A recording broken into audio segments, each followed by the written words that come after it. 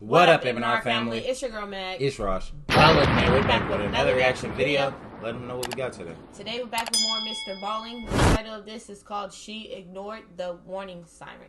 But look, man, we drop multiple new videos back to back every single day. So if there are any other videos that y'all want to see us react on the channel, drop them things down in the comments. But look, man, if you're new to the channel, hit that like button, subscribe to the channel. But look, man, let's get to this video. Let's get to it.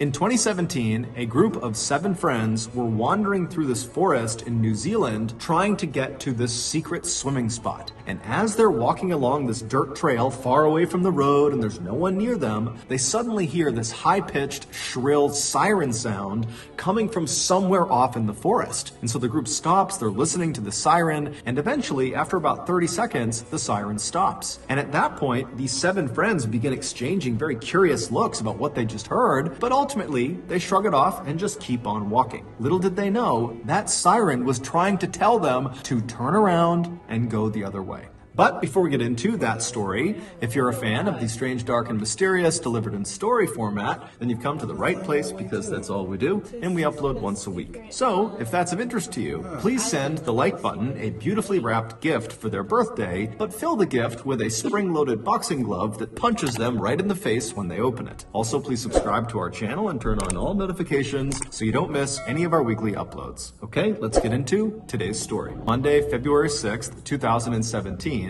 a group of 7 friends who were all college-aged and living in New Zealand began packing up their cars and getting ready to drive back to Auckland, the biggest city in New Zealand. The night before, the group had been out on Lake Tikitapu for a big concert called Flocella, where audience members would listen to the music while floating around on big blow-up rafts and floats. After the concert had ended, the group of friends had left the lake and headed to a nearby relative's house where they had a quiet after-party with a couple of drinks, and then everyone went to bed a little bit after midnight.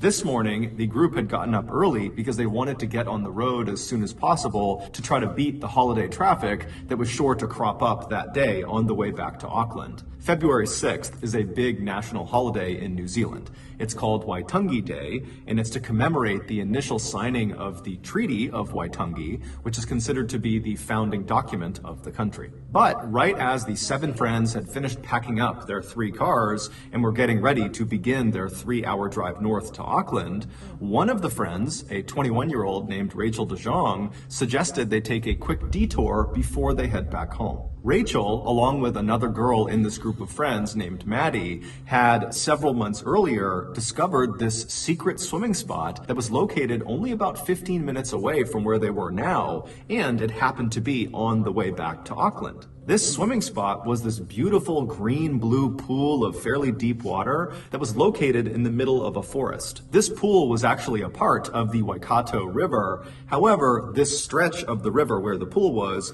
either very shallow or dry most of the time. So as a result, this pool actually looked like a standalone body of water. While there was no official trail that led through the forest to this pool of water, there was an unofficial trail. It was basically a dirt trail that cut through the woods that had formed over the years of locals tromping their way to this pool of water. After hearing Rachel's suggestion, the group of friends all agreed that this sounded like a great idea. And so the group piled into their 3 cars, and then by around 11:40 a.m., Rachel and Maddie had directed the convoy all the way to the start of this unofficial dirt trail, which was located right on the side of a winding main road. After pulling their cars safely off to the side of the road, the group got out, and then Rachel and Maddie led them to the start of this trail, and they began walking through the forest. 15 minutes later, at 11:55 a.m., the group was getting very close to the water because the trees up ahead were starting to thin out. But also at 11:55 a.m., the group suddenly stopped because from somewhere out in the forest, way off in front of them,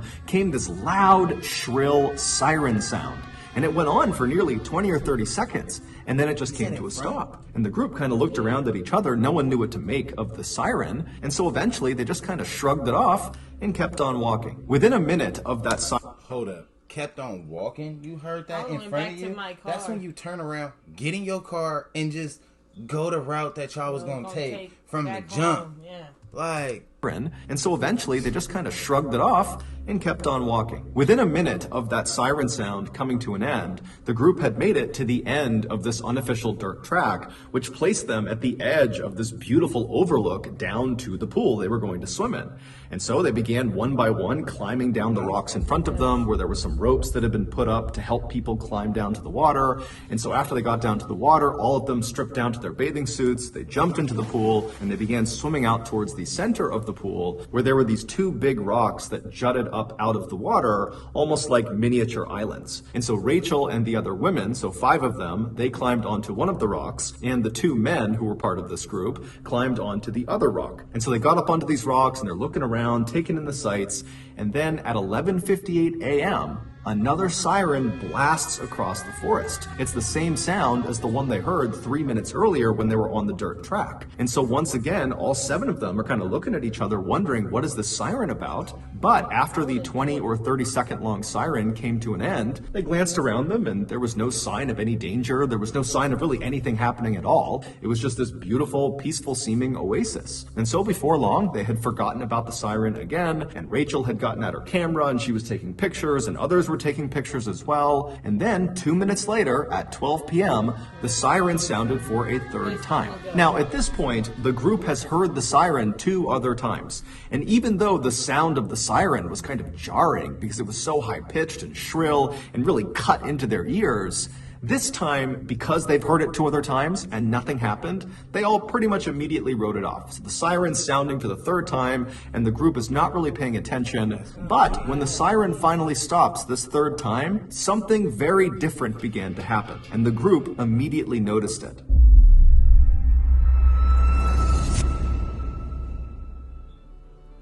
Now, I know everyone has a lot to do to prepare for International Pet and Electric Eel Day. From the eel cigarettes to lure the slippery, cuddly little creatures out of the murky deep, to the mega-sized pack of ace bandages you'll need for post-shock wound care, there's a lot you need to enjoy this holiday. But what always happens when you fire up your wood-fired laptop and begin looking for these items? You get hit with a pua! Bah! Bah! Bah! Bah! But don't worry, you can get back to doing what you love, petting electrically charged animals in the name of tradition, if you just use NordVPN. A VPN, or virtual private network, is a service that keeps you safe when you browse the internet. And NordVPN is the brand name in the VPN space. Not only will NordVPN ensure that all of your data stays safely behind their wall of next generation encryption, but also, most importantly, through their latest feature called Threat Protection, they will automatically block all those disgusting puas that keep disrupting your ability to purchase all of your various eel petting supplies. So, you can either sit on the sidelines this year while your family frolics about in the murky pools and calm stretches of the middle and lower Amazon and Orinoco river basins in South America petting truckloads of electric eels, or you can get NordVPN and before long, you'll be up to your nostrils in cuddly electric eels looking for a good pet. Currently, the best deal for NordVPN is through my YouTube offer. Right now, you can get a 2-year plan at a huge discount plus 4 additional months for free when you go to nordvpn.com/MrBallen. It's risk-free with Nord's 30-day money-back guarantee. That's nordvpn.com/MrBallen or click the link in the description. Okay, back to the story.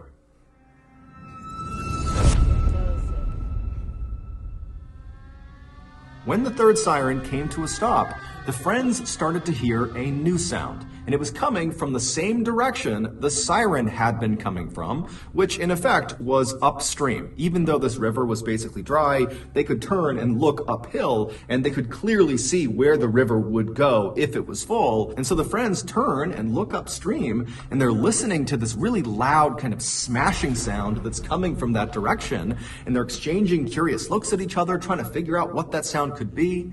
And then all of a sudden, they see it.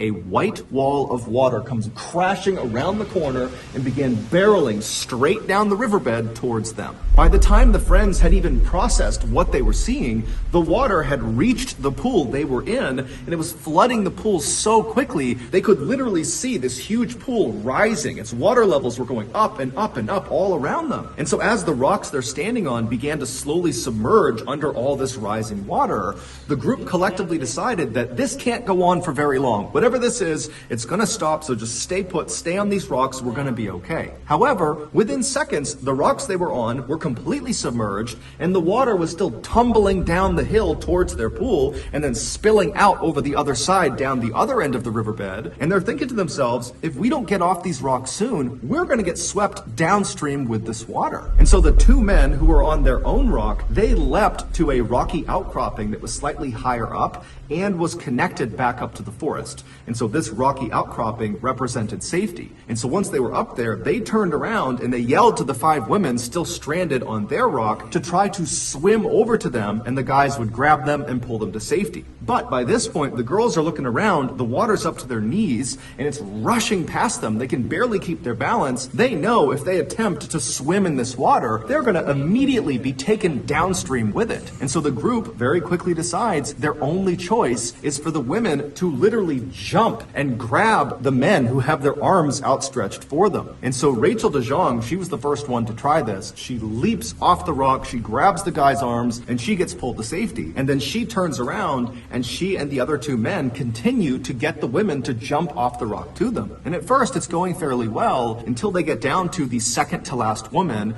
who leaps. She grabs one of the guy's arms, and then both of them lose their footing, and the guy and the woman, they both get swept away downstream. They're gone. Rachel stays calm, and she moves to the position where the guy had been who just got swept away, and she takes out her GoPro camera selfie stick and she extends it out to the last woman who's out on the rock. Her name is Alice. And she tells Alice, jump and grab the selfie stick. And so Alice, who's almost completely submerged in water now, makes this frantic jump to grab onto the selfie stick. She grabs it for a second, but then loses her grip and she begins being swept away. And Rachel, who at this point was completely safe, immediately jumped into the rapids after Alice. She grabbed Alice, she attempted to turn around and grab the rock to stop them, but she couldn't get a grip. And she and Alice were also swept downstream out of view. 2 weeks before Rachel, Maddie, Alice, and the others had gone to this secret swimming spot, a warning sign, like a physical warning sign that warned people not to go near this river,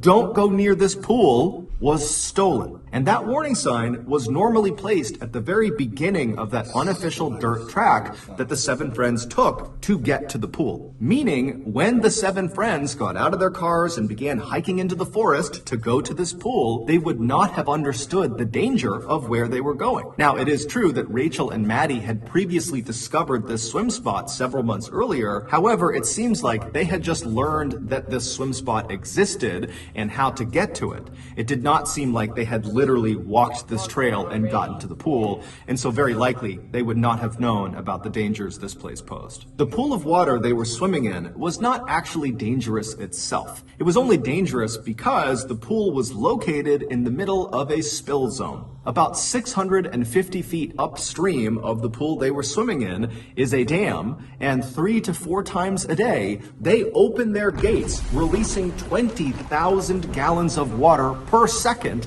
down this mostly dry riverbed, and the water comes careening across that pool all the way to the bottom. The gates stay open for about 15 minutes, and the only reason this is done is for the spectacle of it. It's to show tourists what this riverbed looked like before the dam was built. And what this riverbed looked like before the dam was built was a raging rapid. On February 6th, 2017, the dam was set to spill at 12 p.m. So those sirens the friends heard at 11:55, 11:58, and then 12 were all warnings that a spill was about to occur. But of course, the 7 friends had no idea. After the 12 p.m. spill had finally ended, the 3 friends who had made it to the rocky outcropping and had not been swept away by the current went looking for the 4 other friends who had been swept away, and they would find them. 3 had miraculously survived, but 1 had not. The sole fatality was 21-year-old Rachel DeJong, whose idea it was to come and swim at this spot in the first place. Rachel also was the woman who had left safety and jumped back into the rapids to attempt to save her friend, Alice. Today, there are many more warning signs and fences that have been put up around the Waikato River to prevent people from getting too close, because the dam still, despite the fatality, spills several times a day. However, despite all these precautions and all the notoriety around Rachel's death, people still today sneak in and go swimming in that secret pool. So that's going to do it. If you got something out of this episode and you haven't done this already, please send the like button a beautifully wrapped gift for their birthday, but fill the gift with a spring-loaded boxing glove that punches them in the face as soon as they open it. Also, please subscribe to our channel and turn on all notifications so you don't miss any of our weekly uploads. We now have a podcast called the MrBallen Podcast that puts out brand new podcast exclusive stories on Monday mornings and remastered versions of our best YouTube videos on Thursday mornings. This podcast is going to be exclusive to Amazon Music starting November 1st of this year. But as of right now, it is still available on all podcast platforms everywhere. We now have a registered 501c3 charitable organization called the MrBallen Foundation that makes it as easy as possible for you to join me, my family, and my team in supporting those whose lives have been most impacted by violent and heinous crimes. Monthly donors to the MrBallen Foundation Honor Them Society will receive free gifts and exclusive invites to special live events. But the real reward is helping to rewrite the ending to the story for victims of violent crime. Go to MrBallen.Foundation and click Get Involved to join the Honor Them Society today. We also have 2 additional YouTube channels. One is called MrBallen Shorts. The other is called MrBallen en Espanol. We also put out near daily content on Facebook, Snapchat, and TikTok. Those are all just called MrBallen. If you want to get in touch with me, please follow me on any major social media platform and then send me a direct message. My username is just @MrBallen, and I really do read the majority of my DMs. We also have some really cool merchandise, so head on over to shopmrballen.com to have a look. And if you have a story suggestion, please submit it to our subreddit, just called MrBallen. It's linked in the description below. So whether I see you on Twitter, Instagram, TikTok, Reddit, YouTube, Facebook, other YouTube channels, the podcast, wherever, just know that I really appreciate your support. And until next time, that's going to do it. See ya. He tells some good stories. Good stories, and you get down to the detail. To the like detail. But this was a good story about MrBallen. This was crazy. Yeah. You should have went back after the first one. Yeah, like. And then once you heard it again, it's like, oh, I'm going back. Something ain't right. Like, that's crazy. That is crazy. That's crazy. But look, man, if there are any other videos that y'all want to see us react to on the channel, drop them things down in the comments below. If y'all new to our channel, hit that like button, subscribe to the channel. But look, man, we catch y'all on the next video.